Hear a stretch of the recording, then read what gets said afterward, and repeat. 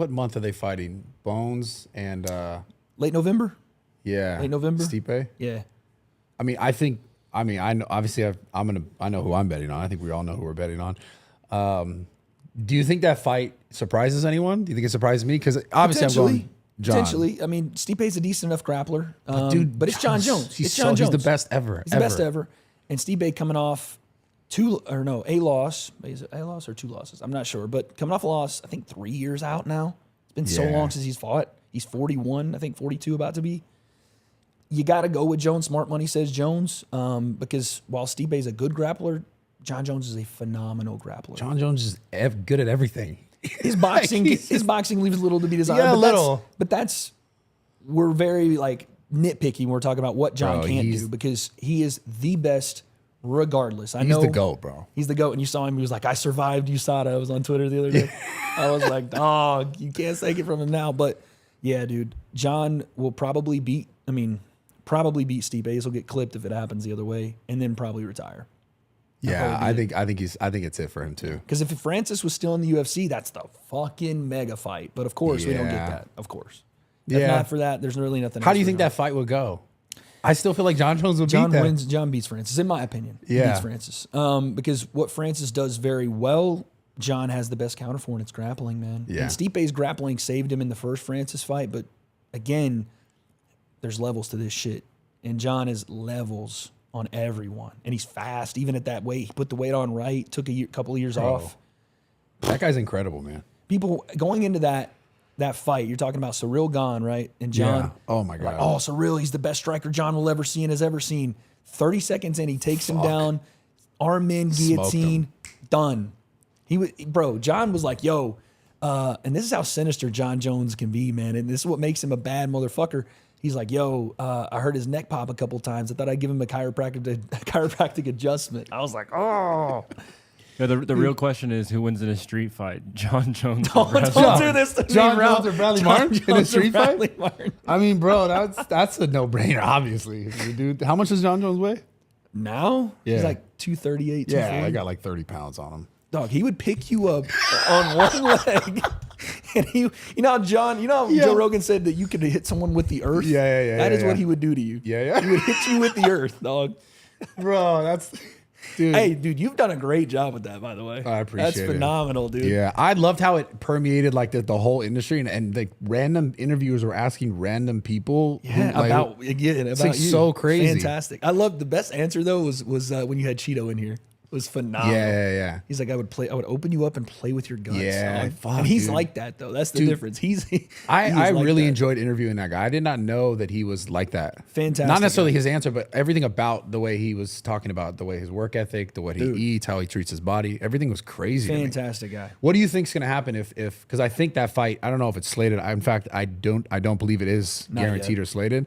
But them Cheeto versus Sugar Sean. The problem with Cheeto that's gone on for the last couple of fights is how slow he starts. And he's always kind of been a slow starter, but against a guy like Sean, and we saw the first fight, I don't want to call it a freak accident because it's not. He kicked him, low kicked him, hit him in the perennial nerve, right? Yeah, Sean got drop foot, and then he finished him. That's how fights go. It's a fight. There is no fluke, whatever. That's a fight. He did something, your body reacted. That being said, I don't know if that scenario happens again, so you have to get started quicker. This is what Cheeto's had an issue with the Corey Sandhagens and some of those young guys of that division.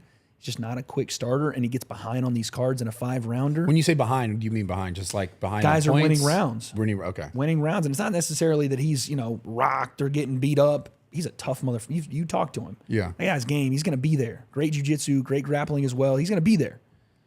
But on the cards, if you're losing early, to make up that ground as not a big-time volume puncher, it's going to be tough, right? Yeah. So I think that's the only issue is if Sean gets out early, and Sean has got great kicks, he's got great striking, he's got great distance management, control, walked Aljo onto that shot.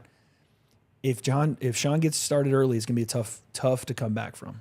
What do you think about all the Sean hate, just in general? I don't get it. I don't understand it. What would you hate about a guy like that? Is it that he talks? Is it that he? And I don't mean necessarily from the people. I just mean from the other fighters in the division. That's what I'm saying. I don't get it. Like he works just as hard as you guys work. Okay, he didn't deserve the Aljo fight in your opinion? Okay, well, that's fine. But when he goes and beats Aljo, you can't really say anything after that. Yeah. And if you're like, oh, well, you should defend against Merab, why is Merab the guy? You're going to reward Merab for ducking the fight with Aljo because he's his best friend? We're going to reward that? Because that's what kind of happened in that division is Merab was like, I'm not fighting Aljo. When he's the number one guy and picking off everybody else trying to fight Aljo. You know what I'm saying? What you're saying, yeah. Like he goes and picks off Piotr Jan by, running him into the fence 20 times and failing takedowns, and does the same thing with Jose Aldo. And all of a sudden, all the contenders that you want to see with Aljo, they're not there because Merab's beating him. And he's like, I'm not fighting my friend. Yeah. It's a weird thing. So it's like, does the UFC reward that kind of behavior if you're not going to accept fights that they put in front of you? So I don't mind the Cheeto fight. I don't mind Sean being like, Merab, whatever. Let me do this first. Like, I don't mind. Yeah. Who do you think he fights after Cheeto, if he fights Cheeto? If he beats Cheeto and Aljo in that same time frame comes back, gets a win, I'd like to see that as a rematch. I wouldn't mind that. Aljo again? Yeah, why not?